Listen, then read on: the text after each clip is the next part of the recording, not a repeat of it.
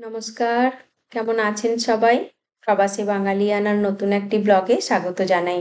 আজ রবিবার, 12:15 বাজে এখন। বিশেষ দিনও আজকে। আজকে হচ্ছে ফাদার্স ডে। সেই উপলক্ষেই যে একটু রান্নাবান্না করব, 5 রকম ভাজা করব, মাংসের ঝোল করব। আর দেখি কি করতে পারি। কারণ বেলাও হয়ে গেছে অনেকটাই। এগুলো গুছিয়ে উঠতেই হয়তো সময় লাগবে। যদি সময় থাকে আরো কিছু বানিয়ে দেব। আগে থেকে মনে থাকলে আরো কিছু বানানো যেত। আমি একদম ভুলে গেছি। সকালবেলা উঠে একদম মনে নেই। তাই সব দেরি হয়ে গেল। কালকে অবধি তো মনে ছিল কারণ অভি তার বাবার জন্য কার্ড বানাচ্ছিল। মনে ছিল আমার, কিন্তু সকালবেলা উঠে একদম ভুলে গেছি। আর অভি যতক্ষণে উঠে তার বাবাকে উইশ করছে, ততক্ষণে আমার অনেক কিছু এগিয়ে গেছে। মানে আমি টিফিনটা বানিয়েই ফেলেছি বলতে পারেন। এরা একদম কমপ্লিট হতে যাচ্ছিল, তখন অভি উঠে তার বাবাকে উইশ করছে। তো ততক্ষণে মনে পড়লে আর কি হবে, করতে পারলাম না। আর বিশেষ কিছু মানে লুচি তরকারি আমাদের বাঙালিদের কাছে, কারণ লুচি তরকারি তো আর সব দিন বানানো হয় না, এই বিশেষ কিছু দিন থাকলে তখনই বানাই। এই অভি একটু মুখটা ভারী হয়ে গেছিল, তুমি কেন বানালে না? তো বললাম আমি ভুলে গেছিলাম, আমি রাত্রিবেলা বানিয়ে দেবো লুচি তরকারি। তাই আবার একটু খুশি হয়ে গেছে। আর এদিকে এই যে রান্না বান্না চাপিয়ে দিয়েছি, ভাত বসিয়ে দিয়েছি, আর মাংসের ঝোলের আলুটাও ভাজতে দিয়ে দিয়েছি নুন হলুদ দিয়ে একটু। আর ওইদিকেও আমি টুকটুক করে ভাজাগুলো একের পর এক করে নেবো। 4টে ওভেন আছে, এটা একটা সুবিধে, তাড়াতাড়ি মানে রান্না হয়ে যায়, দেরি করে এলেও তাড়াতাড়ি হয়ে যায়। এখন খুব ভালো লাগে এই দিনগুলো যে সেলিব্রেট করা হয়, মাদার্স ডে, ফাদার্স ডে, খুব ভালো লাগে। আমাদের ছোটবেলা আমরা জানতাম না, ছোটবেলা শুধু নয়, আমরা বড় হয়েও জানতাম না এই দিনগুলো। কারণ যখন কলেজে পড়েছি, ইউনিভার্সিটিতে পড়েছি, তখনও কিন্তু আমরা জানতাম না এগুলো, ফাদার্স ডে মাদার্স ডে বলে কিছু হয়। জানি না, যদি জানতাম হয়তো আমরাও এইভাবে এক্সপ্রেস করতাম, ভালো কিছু উইশ করতাম বাবাকে, বা কিছু গিফট দিতাম। নিজের সাধ্যমতো বাচ্চারা যেটা করে, কার্ড বানিয়ে দেয়, নিজের হাতে কার্ড বানিয়ে দেয়, কত কিছু এঁকে দেয়। খুব ভালো লাগে সেটা দেখতে। আর ওরা খুব এক্সাইটেড হয়ে থাকে বাচ্চারা যে ফাদার্স ডে আসছে। মানে 1 সপ্তাহ আগে থেকে ওদের মনে শুরু হয়ে যায়, বাবার জন্য কিছু বানাবো, মার জন্য কিছু বানাবো। খুব ভালো লাগে সেটা দেখে। যদিও বাবার জন্য এই একটা দিন যথেষ্ট নয়, আমার তো মনে হয় প্রত্যেকটা দিনই বাবা মায়ের উদ্দেশ্যে কিছু করা উচিত ছেলে মেয়েদের। আর সেটা আরো ভালো করে বুঝতে পারছি যখন নিজেরা বাবা মা হয়েছি। যেটা বললাম, মানে বাবার জন্য এই একটা দিন একেবারেই যথেষ্ট নয়। তবুও এই দিনটায় সবাই বাবাদেরকে উইশ করে। তাই আমিও বললাম প্রত্যেক বাবাকে এই দিনটার জন্য স্যালুট, নিজের বাবাকে তো অবশ্যই, এবং সব বাবাকে জানাই। মা শব্দটার মধ্যে যেমন লুকিয়ে থাকে পুরো দুনিয়া, তেমনি বাবা শব্দের মধ্যে অন্তর্নিহিত থাকে এক আকাশ ভালোবাসা, দায়িত্ব আর কর্তব্যের মতো এক গুরুগম্ভীর বিষয়। আর দেখবেন বাবা বলে ডাকা মানেই একটা হৃদয়স্পর্শী অনুভূতি যেন কোথা থেকে বেরিয়ে আসে। আর যতবারই ডাকি ততবার কিন্তু এই জিনিসটা আমরা অনুভবও করি। তাই না বলুন?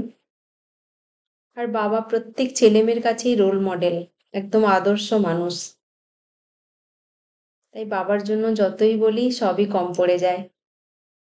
আর এদিকেও রান্নাবান্না আমার একটু এগিয়ে গেছে। আলুটা ভেজে তুলে নিয়েছি কড়াইতে, তারপর আরেকটু তেল দিয়ে একটু শুকনো লঙ্কা, তেজপাতা আর পেঁয়াজ দিয়ে দিয়েছি, সেগুলো একটু ভেজে তারপর একটু নুন আর আদা রসুনের পেস্টও আমি দিয়ে দিয়েছি। আর ওইদিকে আলুটাও ভেজে নিয়েছি একটু পোস্ত দিয়ে। তারপরে আর উচ্ছেটাও বসিয়ে দিয়েছি ওই কড়াইতে আর একটু তেল দিয়ে।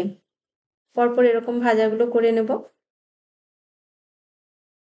অভি তো আজকে ভীষণ খুশি, তার বাবাকে কার্ড দিল, উইশ করলো, সারাক্ষণ বাবার কাছে বসে আছে আজকে।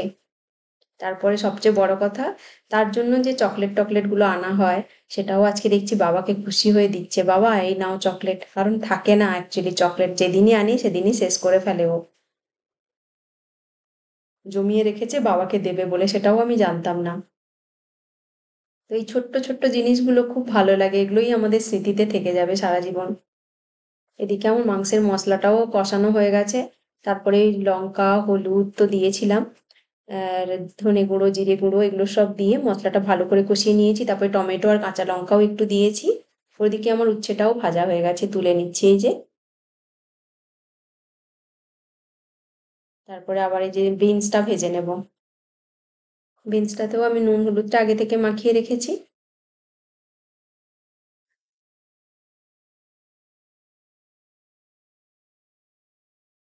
বাবা ছেলে এখন বসে বসে মুভি দেখছে। ছুটির দিন, সুবিধে হয়েছে ছুটির দিন বলে। না হলে স্কুল থাকতো বা বাবার অফিস থাকতো, তখন আর এগুলো করা যেত না। মানে রান্না বান্না তো আমি করে দিতে পারতাম, কিন্তু ঘরে যে এই যে বাবা ছেলে বসে টাইম পাস করছে, গল্প করছে, খুব ভালো লাগছে আজকে। আর ছেলেও আজকে দেখে নিয়েছে যে আজকে ফাদার্স ডে, তো বাবার কাছে যা চাইবো, বাবাকে যা বলবো বাবা শুনবে, বাবা বকবে না আজকে। তাই জন্য সেও বেশ আবদার করে যাচ্ছে, মানে টাইমটা একটু বাড়িয়ে নিয়েছে টিভি দেখার আর কি।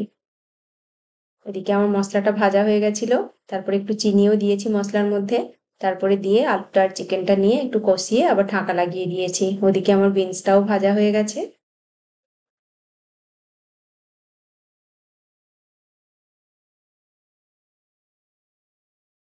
বাবা মা সম্পর্কে যতই বলি কমই পড়ে, সত্যি কথা, তাই না বলুন? কারণ আমরা নিজেরা যখন বাবা মা হয়েছি না, তখন যেন আরো জিনিসগুলো ভালো করে বুঝতে পারি যে বাবা মা কত চিন্তা করে ছেলেমেয়ের জন্য। তখন তো এত কিছু বুঝতাম না, তখন মা বলতো আমাদেরকে তোমরা নিজেরা যখন মা হবে তখন বুঝতে পারবে। তো এখন সেটা ভাবি যে সত্যি বলতেন আমাদের, এটা একদম সত্যি কথা।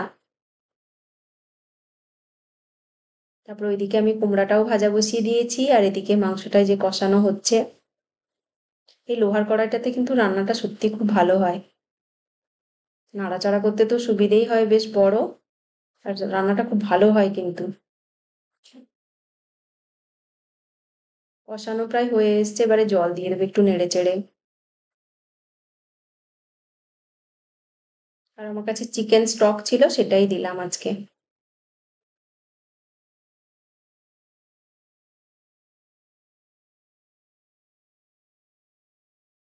আর জল দেবো না, এটাতেই হয়ে যাবে, ঢাকা লাগিয়ে দেবো।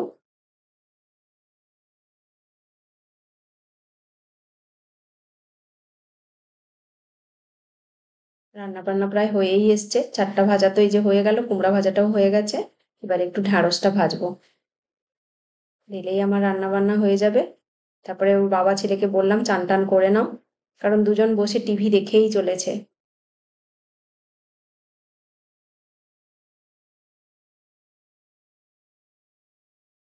অভি তার বাবাকে আজকে অনেক কিছু উইশ করে নিয়েছে, মানে নিজে কিছু কিছু করবে সেগুলো বাবাকে কথা দিচ্ছে, আজকে আমি এটা করব সেটা করব, টাইমে করব, রুটিন অনুযায়ী চলবো, কত কিছু বলছে। বাট এগুলো শুনতেও ভালো লাগে, বাচ্চা করুক কি না করুক, এই যে বলছে সেটাই শুনতে ভালো লাগে। এদিকে আমার ঝোলটাও ফুটে গেছে, ওদিকে ফুটছে, ফুটুক আর একটু, আমি একটু গরম মশলা দেবো, সেটাই যে গুঁড়ো করে নিচ্ছি খল নোড়াতে, দিয়ে দেবো এবারে মশলাটা। গরম মশলাটা দিয়েও একটু 2-3 মিনিট ফোটাবো, তাহলে ঝোলটা একদম ঠিক হয়ে যাবে।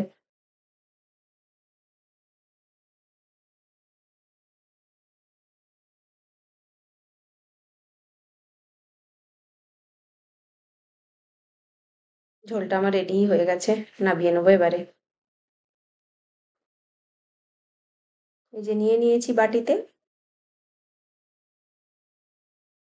খাবার টাবার সব রেডি করে দিয়েছি। অভি এই যে তার বাবাকে খেতে দিচ্ছে, সে নিজের থেকেই বললো মা আজকে আমি বাবাকে খেতে দিতে পারি, আমি বলি হ্যাঁ কেন পারো না, দাও।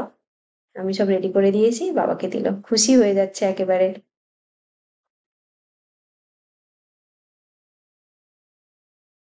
ওর বাবাও খুব খুশি হয়ে যাচ্ছে ও দিচ্ছে দেখে। টেবিল টেবিল নিজেই পরিষ্কার করেছে আজকে, নিজেরটাও নিয়ে বসে গেল, আমিও নিয়ে বসে পড়বো। ডেজার্টে কিছু নেই, মানে মিষ্টি সেরকম কিছু ছিল না ঘরে। পায়েস টায়েসও শেষই হয়ে গেছিল, আমি কয়েকদিন আগেই বানিয়েছিলাম, বাট শেষ হয়ে গেছিল, তাই আইসক্রিম ছিল, আইসক্রিমটা দিয়েছি। তবে অভির বাবা বলছে আইসক্রিমটা ফ্রিজে ঢুকিয়ে দাও, নাহলে গলে যাবে। তাই আমি নিয়ে আবার ফ্রিজে ঢুকিয়ে দেবো আইসক্রিমটা। এই ছিল আমার আজকের ব্লগটা। আমার ব্লগটা যদি আপনাদের ভালো লেগে থাকে, তাহলে অবশ্যই লাইক করবেন, কমেন্ট করে জানাবেন কেমন হয়েছে। খুব ভালো থাকবেন সবাই। আবারও একবার হ্যাপি ফাদার্স ডে, সকল বাবাকে জানাই হ্যাপি ফাদার্স ডে। খুব ভালো থাকবেন সবাই, দেখা হচ্ছে পরের ভিডিওতে।